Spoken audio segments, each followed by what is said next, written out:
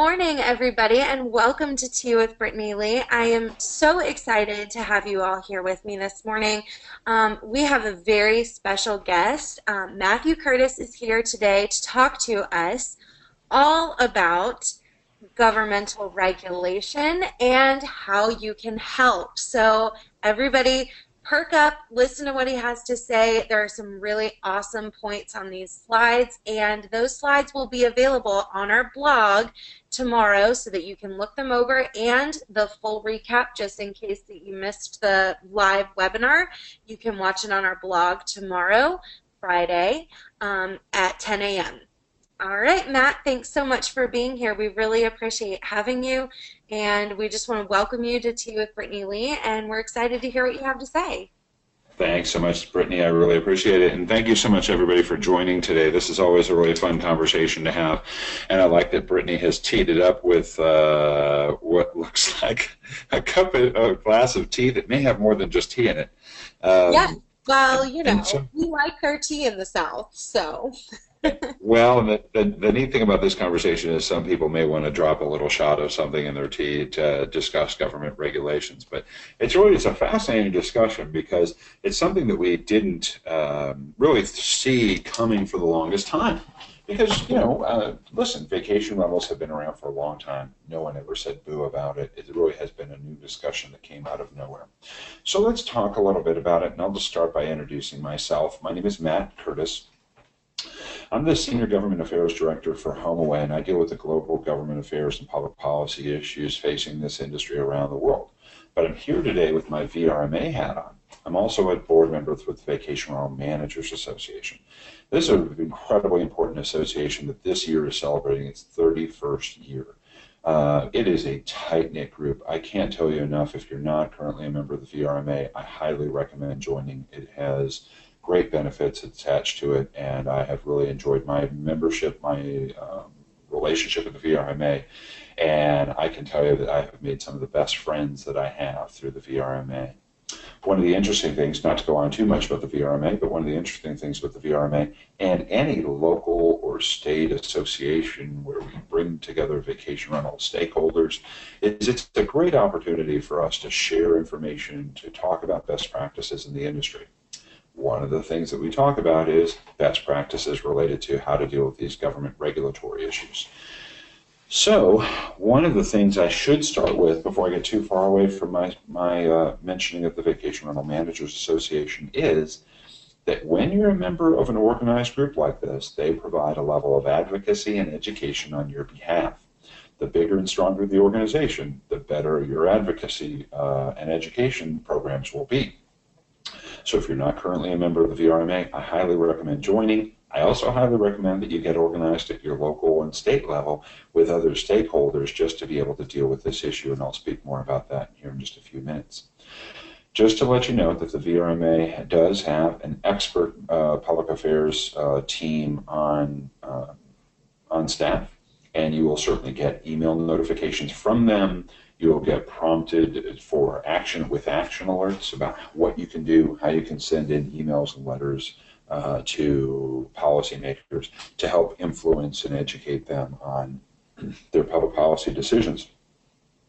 One of the staff members in charge of government affairs at the VRMA is named Greg Holcomb. I work very closely with Greg. If you take a moment, look on the website and feel free to contact Greg. He's a superb individual, very wonderful to work with. If you have concerns in your area and you want the VRMA to come in and help, please reach out to Greg or feel free to reach out to me. I'll make sure I give you my email address before the end of this discussion, but I should mention it now. I guess it's M Curtis, M-C-U-R-T-I-S, at HomeAway.com. There's three big takeaways that I want to mention that you may want to glean from this discussion. And I think this is important practical information that would help any vacation rental stakeholder get engaged with this discussion to ensure the best outcome. And an easy way to look at it is this. I've been saying this lately. Raise your hand. Join, serve, give. Join your local association of realtors, your local home builders association, potentially your chambers of commerce or your convention and visitors bureau. These organizations at the local level will be more apt to help you, even if there is just one single voice that is a member of those organizations pointing out how bad regulations or regulations that just don't make common sense have a negative impact on the community overall. And we've seen this time and time again. Some folks might think, oh, if I'm the only one who joins the Association of Realtors, what will they ever do for me? But in truth, what we've seen time and time again is local association realtors and even state chapters have chimed in with local governments and state governments when even they have just one single member pointing out the flaws in some of the policies that are being discussed. So join your local association realtors, home builders, chambers of commerce potentially, and your convention and visitors bureaus. Serve is a big one, but I think if we got people to serve on their local planning commissions, zoning and plating commissions, building commissions, get appointed to these as citizen advisory members to their city councils, we would see significant change in the next year. So if you approach a city council member and say, hey, I just want to let you know I supported you in the past, my brother-in-law knows you, maybe we put a sign in your front yard, in our front yard last time you ran, whatever. Or even if you don't have no connection with them, you just say, hey, I'm an interested industry stakeholder and I'd love to serve. They're dying to find people who want to serve. And they're dying to find people who know the issues. If we start getting voices on these local planning commissions, zoning, and other types of commissions that are advising these city councils, we'll certainly know of issues and we'll be able to influence them. And the last one, give. It means give your time or give your dollars, or both. Give your time. I think it's really important to form local alliances of vacation rental stakeholders. And of course, if you want to form political action committees or other funded opportunities to help create information, to help educate and advocate for better regulations, the best way to do that is help along with a little bit of funding. So join, serve, give. Now let's jump into this discussion just a little bit. One of the things that we like to do whenever we're talking about this regulatory issue is just remember that it has moved very quickly and no one is immune. I've been saying this now for about 5 years, and if for anybody who knows me from the VRMA conferences knows, there have been times that I've literally walked people in holding their arms, walking them into my sessions to get them to sit down and understand what an important issue this is. People seem to be recognizing more and more it is an important issue. It's growing very quickly. No one is immune. 4 or 5 years ago, we used to talk about big cities. And big cities where maybe we didn't have a lot of vacation rental managers or a lot of vacation rental presence, maybe in New York or San Francisco.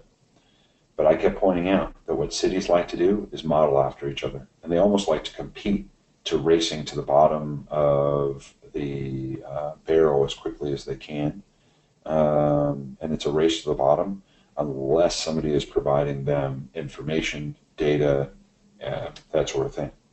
So one of the things that we want to do is make sure that you understand this is an issue that is spreading. You may be in a small town that depends on vacation rentals. Still, we see time and time again cities that are depending on vacation rentals, cities that are made up of vacation rentals, making terrible policy decisions just because they are uneducated and uninformed on the issue, and they don't have a strong local presence of people who are talking to them about how important this issue is. So let's talk about that a little bit. Short-term rentals provide long-term benefits to the community, to the travelers, and to the homeowners, and it's important to note that. From the traveler perspective, there's a strong demand for this activity. We all know, because we're engaged in this activity, that family travelers like the option to have a home to rent. My wife and I have a 6-month-old baby. We spent the night in a hotel room the other night, just weeks or days, maybe weeks, I guess, after getting our baby on a schedule. I'm putting quotes around schedule. So we put this baby down at 7:30, and we looked at each other and we realized we're here for one night. We don't know where to go because we can't leave the room. We've turned the lights off and we can't make any noise at all. So we were forced to cower on the opposite side of the bed and watch our iPads with our headsets on for a couple hours before we went to sleep. And that was our one night at a hotel here recently. Now, of course, we traveled over the summer, and we'll travel in the future, and we're staying for places for longer periods of time, we certainly will at least want and will probably choose a vacation rental as an option, especially if we're staying for a longer period of time. So travelers demand this activity for a variety of reasons. They're traveling with their family, they're staying for a longer period of time, and the data shows that. It's important to know the data when you're going and talking to policymakers. The average length of stay in a vacation rental or traditional short-term rental is just under 7 days. And the average number of guests staying is between 4 and 5. It fluctuates, so I'm giving you a little bit of a broad scope there, but just in between 4 and 5. Now, why this is important is when you're talking to a local policymaker or a statewide policymaker, and you have an opportunity to give them a little education, the easy rule of thumb for a hotel stay is just a hair over 1. It's a hair over 1 for the average number of night stays and a hair over 1 for the average number of guests staying there. I'm sitting in a hotel room today. I flew in last night. I've been up and down the halls all throughout the day, working out, getting breakfast, ran an errand. Everybody I've seen coming in and out of their doors is just one person. And of course, we've all seen that. But how many times do you ever see families that are crowding into one room, especially for longer stays? It's something my dad did to me to torture us when I was a kid, but we also stayed in vacation rentals too when I was a kid. And now that it's easier to find vacation rentals, see reviews and see photos, it's an option I see that we are taking more and more. So this is a demand for families. For homeowners, it's a great way for somebody to own a second home. It's a great way for someone to invest in a property. It's a great way for people who want to be able to make a little bit of money off their investment and be able to maintain that investment. And for the communities, well, we all know there's great economic impact and great economic benefit. In St. Joseph, Michigan, $24.4 million a year to that small, tiny little community in economic impact. In Galveston, Texas, $283 million in economic impact, 2,500 jobs supported by the activity of vacation rentals. The state of Florida, where I'm sitting today, $31.1 billion a year coming into the state of Florida. Unbelievable numbers of travelers who are spending money and spending longer periods of time here. It's a huge, huge economic boon to a city, and all we're doing is answering the demand of the traveler. And the constant thing we have to remember is when we're talking to these policymakers, we've got to get them to understand those travelers are going to have their demands met, whether they have them met above the radar in a fair, safe, common sense regulated space, or they're going to have them met below the radar, where they still go online, they still find some small online place where they can rent a home or get connected with somebody to rent a home, or they just do it through word of mouth, and they're still going to rent that home. They're going to have their demands met. So would we rather have them met in a fair, common sense regulated space above the radar, or have them in an unsafe and poor space that's not a good experience for the traveler below the radar? Let's move on to slide 2. So that gets us through a little bit of discussion here. Now, short-term rentals also provide a great alternative to the families in other ways, and I think I had mentioned a couple of these examples. But think about the grandparents that you all serve, the people who are coming, like when we had our baby. There was no way we were going to put anybody up in our little apartment. So, of course, we had a vacation rental in our town for when the families came through, because there was just no way. And since they were staying for longer periods of time, they needed a kitchen. They wanted some space. They needed the amenities that brings with it. Students, academia, a variety of things occur. You wind up getting divorced, you have a fire in your home, or you're remodeling your house. There's a variety of reasons why families are looking for that alternative way to stay. Let's go ahead and move on to the next slide. Now, of course, an interesting thing here is that what we're talking about is that the fact that when people ask us time and time again, why has there been this maybe evolution in vacation rental usage? Well, number one, I think a lot of it is because families are using it as a way to stay, and families are traveling for longer periods of time. But it's also easy to argue that because of technology, we've seen a boost in the amount of travel because people can go online and see pictures. When we were little kids and my parents used to take us to the shore, my mom had to call a variety of real estate agents and find out who worked in the short-term rental space. and then find somebody who just basically told us about the home that we were going to go rent. Now, you're at 40 years later, you're able to go online, you're able to see photos, reviews, get feedback, you're able to connect to the property owner, property manager, a variety of things. We also have a variety of other neat technology that has made this better, safer, given us a variety of other tools in our toolkit that we can make this entire experience better.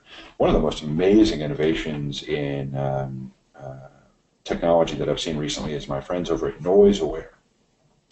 NoiseAware created a really fascinating little technological tool. It's just simply a noise sensing product that plugs into a wall socket and just lets you as a property manager or owner know that, hey, the people staying in that house, they've gone above 75 decibels. There may be a reason for it, but it might be something that is acting almost like a smoke alarm for noise. I know it's rare, but it could happen. And it's just one interesting little technological solution out there. That's the first one that came to mind, so that's one of the reasons why I mentioned it.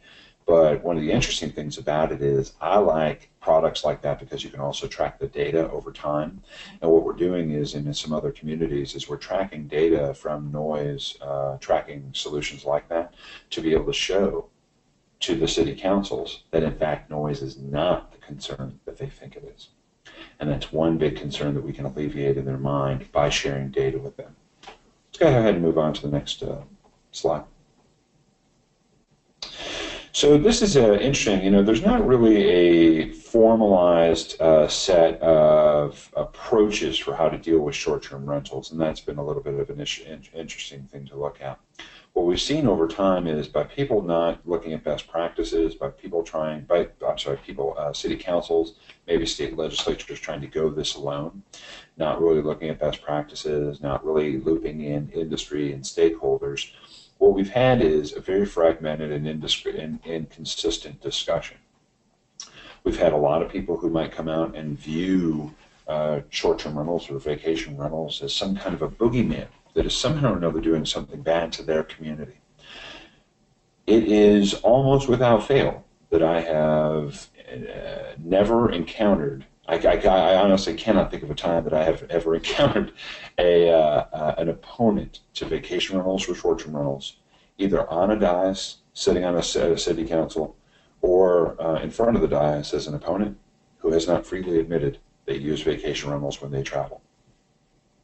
Just to repeat that again, the opponents to vacation rentals will happily admit they use vacation rentals when they travel, but they're not okay with them in their town for some set of anecdotal reasons that they have brought to the table, which is another reason why we want to make sure we have these discussions based in data and based on best practices.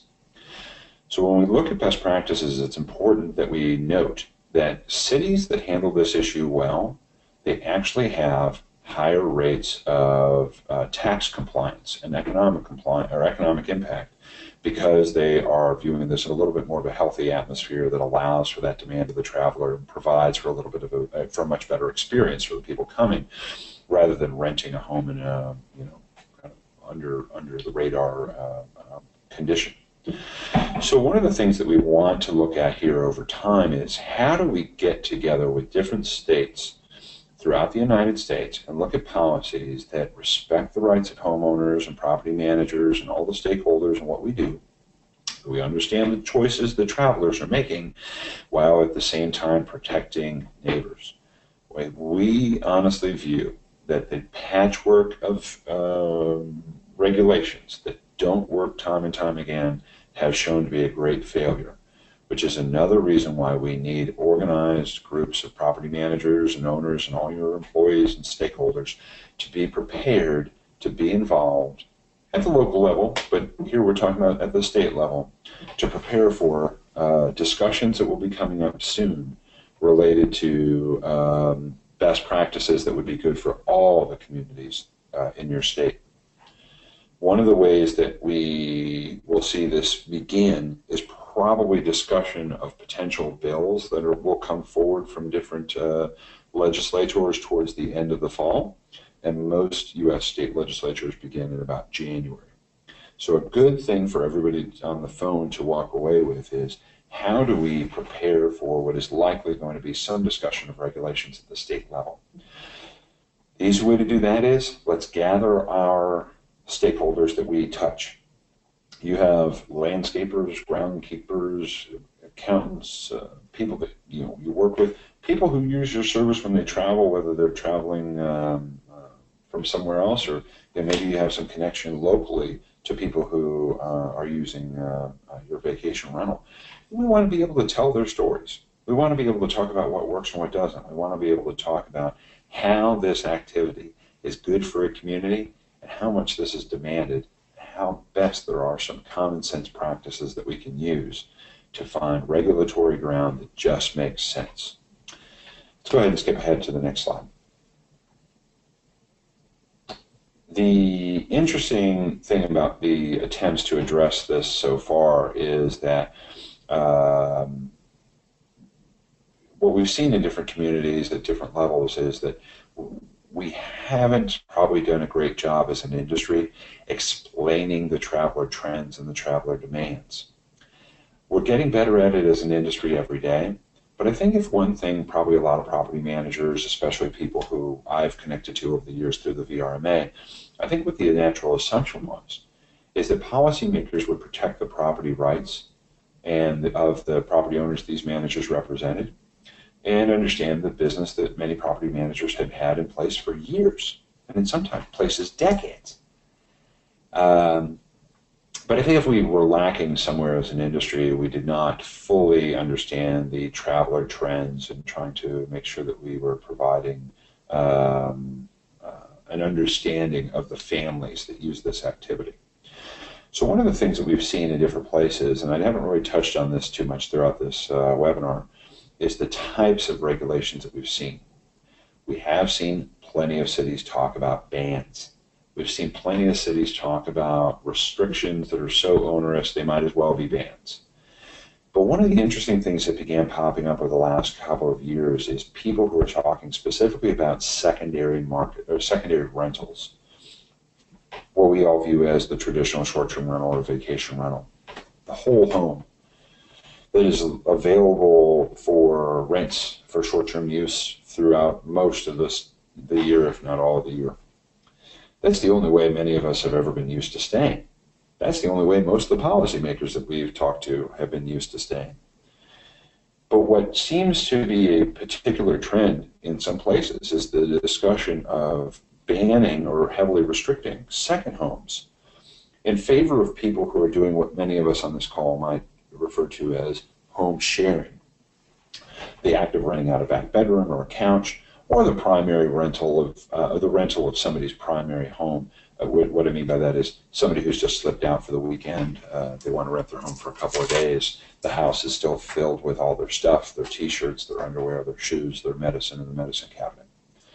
So you have policymakers, as much as many of us on this call might think that the policymakers clearly know the difference, and that they clearly know the difference for the demand of the traveler. They actually don't, and we see that time and time again. We see policymakers that say, oh, here's how we'll answer it. We'll do away with the traditional model, the second home, because we view that somehow or another these have a negative impact on the community, although there's not really any data to support that, and there's only data to support our position as an industry. But they'll do that in favor of a solution for regulations that only allows the primary rental. So the rental of somebody's back bedroom couch, or their apartment with all their stuff in it that they only occasionally rent out a year. Well, as you all know, your travelers will not abide that type of stay. Your families who are coming to stay, they aren't looking for that.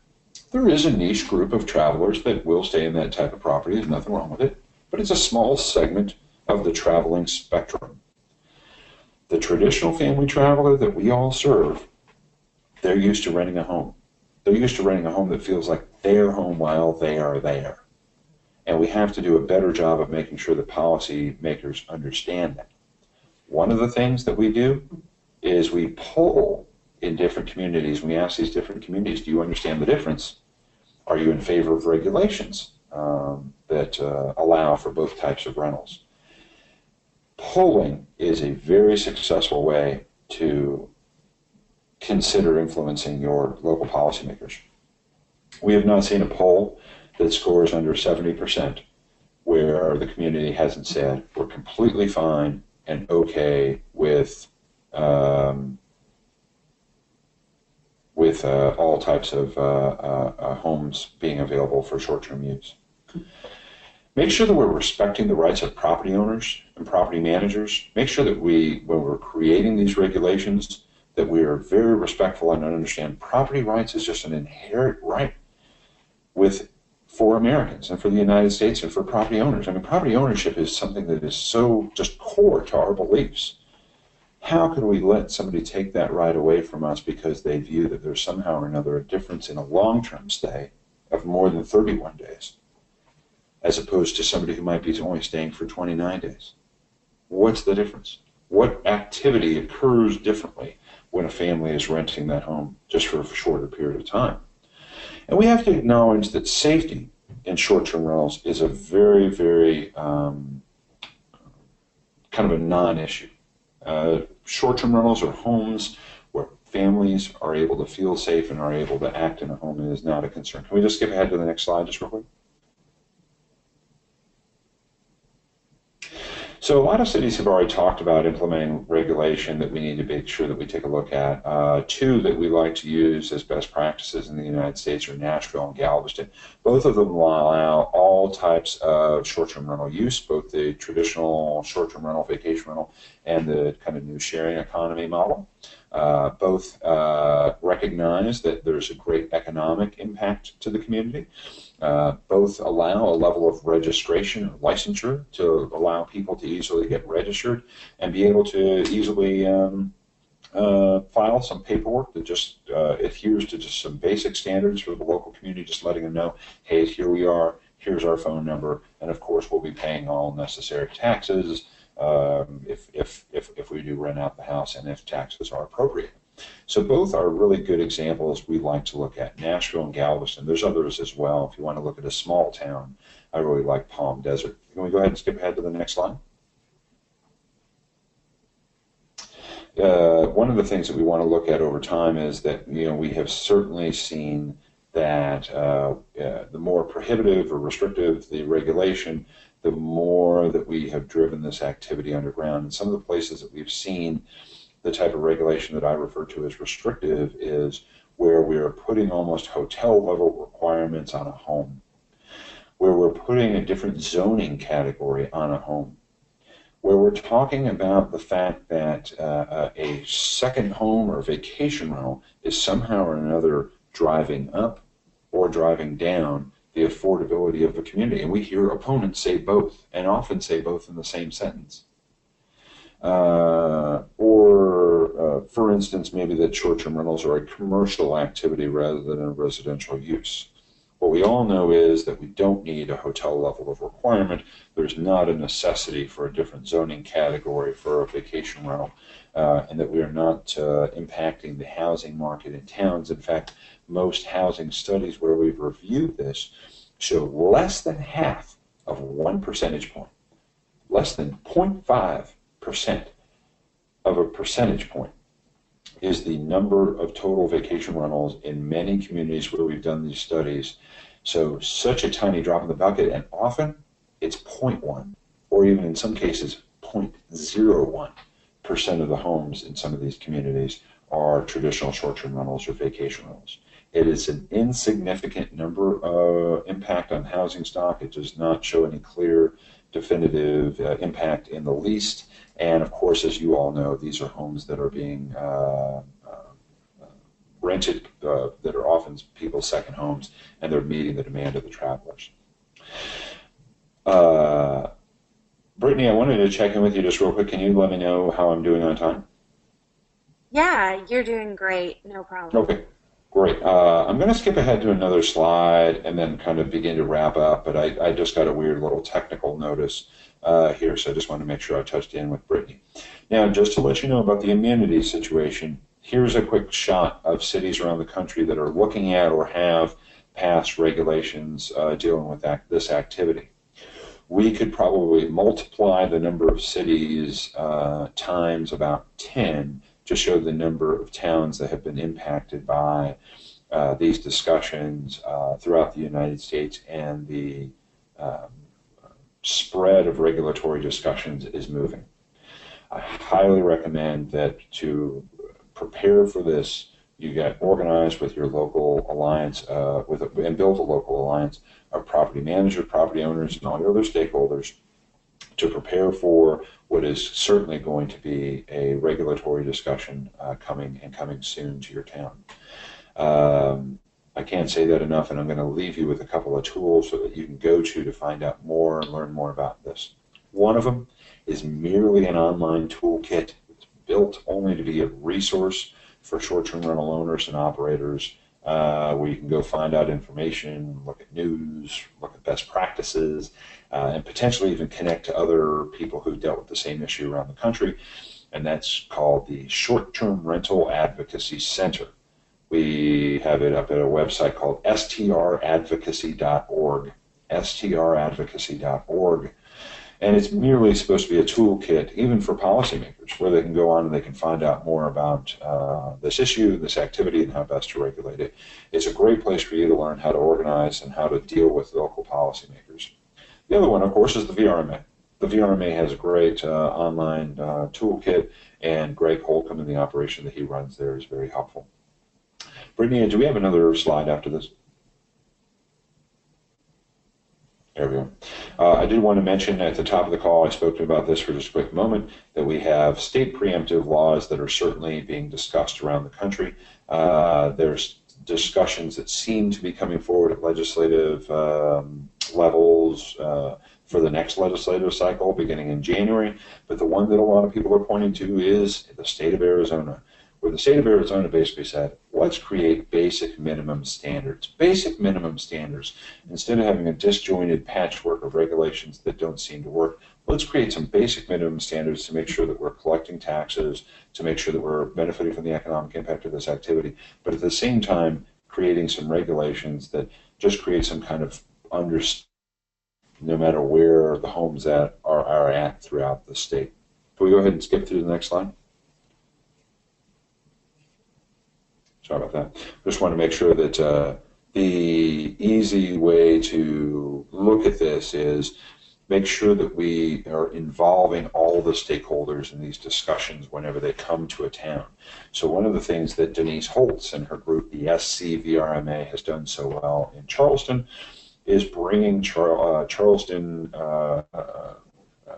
stakeholders to the conversation and making sure that the Charleston City Council understands the only way that you can have effective best practice communication at the local level is to have a fair, transparent dialogue with all impacted stakeholders. So we want to make sure that we're doing that. We want to make sure that we're bringing the voices of the travelers and the families into the conversation. We want to make sure that we have our property owners and all the other people who touch this activity, that they are engaged in understanding and discussing this issue. We want to make sure that the residents and our neighbors understand that the data shows this is not a concern, and if there are any places where there are concerns, that they are being addressed quickly. And a great way for that to be done is with a local alliance. You're more apt to be able to work with local government to address any of those rare possible bad actors who might not be managing the property as well as they should be. And finally, make sure to touch base with all those local businesses that are impacted by this. You have people who are doing bike rentals or paddleboard rentals. You have burger joints, taco stands. I mean, there's all kinds of folks that are impacted by the people that are coming to town. You've got restaurants down the street where you send folks and you put them in your book. You put them, send that information out when people book a rental with the property, and to let them know about this great restaurant down the street. We'll go to those folks and say, hey, you want to keep having these families come in? We need you to chime in on this conversation. So I want to kind of wrap up here a little bit with a couple of the points that I mentioned at the very beginning of the call. Joining the Vacation Rental Managers Association will make that association stronger, better, and more apt to effectively advocate and educate on your behalf. You certainly have state organizations in your area potentially that you might want to look at joining. You may even have local organizations that have already been put together. If not, let's form them. Let's form local alliances in your town. And let's get all those stakeholders that are that are invested in this industry in your town to raise their hand, to join, serve, give. Join that association of realtors. Join your Chamber of Commerce, your Convention and Visitors Bureau, your local chapter of home builders. Make sure that they are advocating on your behalf. And the best way to get them to do that is join the organization. Serve. Let's spend the next year trying to get on our planning commissions, building and standards and committees and zoning commissions. That's the best way that we're going to be able to see these discussions coming and advocate and educate for the most positive solution. And finally, give your time, give your dollars. If you have state organizations that pop up in your state and they're trying to raise a little bit of money, build a PAC, find some other way to put together some funds to help pay for educational materials, we need to give some dollars. Join, serve, give. Thank you all so very much. I don't know, Brittany, if you have anything that you'd like me to touch on that I haven't, but I want to thank everybody so much for having me. Again, my name is Matt Curtis, and my email address is mcurtis@homeaway.com. Awesome. Thank you so much, Matt. I don't know about everybody else, but I just feel like that was really informative and that was really helpful. It just kind of gives you a broader scope of what's going on in the rental market today. If you have questions for Matt, go ahead and stick them into the GoToWebinars question panel, and I'll be happy to ask them to him for you on your behalf. I did get one question that I wanted to just go ahead and put in there for Matt. How is the non-traditional rental, such as Airbnb, affecting the vacation rental market? And do you see these rentals as negatively affecting the professionally managed rentals? Yeah, right. I mean, it's a fascinating thing. I mean, it's really hard for me to comment on that without pointing out that we were not discussing regulations of this activity until about 5 years ago. Now remember, HomeAway is 13 years old. VRBO is 26 years old. Our oldest label of all the labels that HomeAway has is 40 years old. I stayed in vacation rentals when I was a kid, and that was in the 1970s. I just never recall, in all my studies of municipal best practices around the United States, and all my years with the U.S. Conference of Mayors and National League of Cities, which goes back to 2002, I never recall anybody ever talking about this. It was never an issue. But about 6 years ago, which corresponds to kind of an increased exposure to the home sharing discussion, it seemed to get on people's radars to discuss this from a regulatory perspective. It's hard not to make that connection, but it's there. Now, there was one company named specifically in the question, and that's Airbnb. I have to give my friends at Airbnb strong support and props for what they've done. They've done a remarkable job, and they now represent the entire spectrum of all types of short-term rental and vacation rentals. They have a strong vacation rental market, so they represent everybody. So I won't throw any answers. My answer to the question would not include them because they include everybody, and they have a very strong advocacy team that's out there working for fair regulations. But there certainly seems to be a correlation between the two things occurring: the explosion of the home sharing discussion and home sharing model, and the discussion of regulations. What I think that we on the phone need to do is, if you're a professionally managed property, and to be fair, unless there's some models I don't fully understand, professional managers are typically representing owners. So just remember, your property owner, who may have once been a rent by owner, by the way, they often matriculate to a point where they hire professional managers. Your rent by owner is a great added resource to have because, frankly, it's just more feet on the ground. More local taxpayers, more local property owners, more people who might be in your community potentially. So more voices and just more people to add to your support team. But you may have property owners who are doing rent by owner, who are doing it in a very, very professional manner that is above board, and they would be a strong ally in any discussions that occur locally regarding regulations.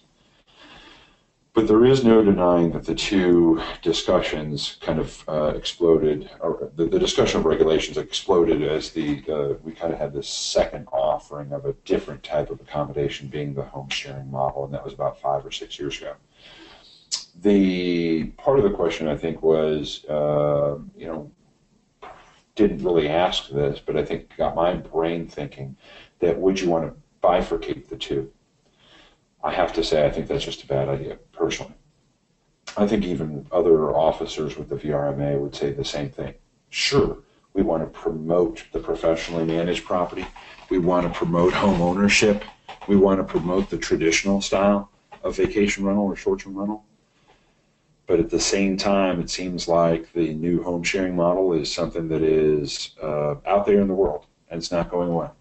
There is a small niche group of travelers that use that type of service, and there's nothing wrong with it. If people seem to really like it, I've never done it. My wife would never let us do it. It'd be interesting to try sometime. But at the same time, people do it.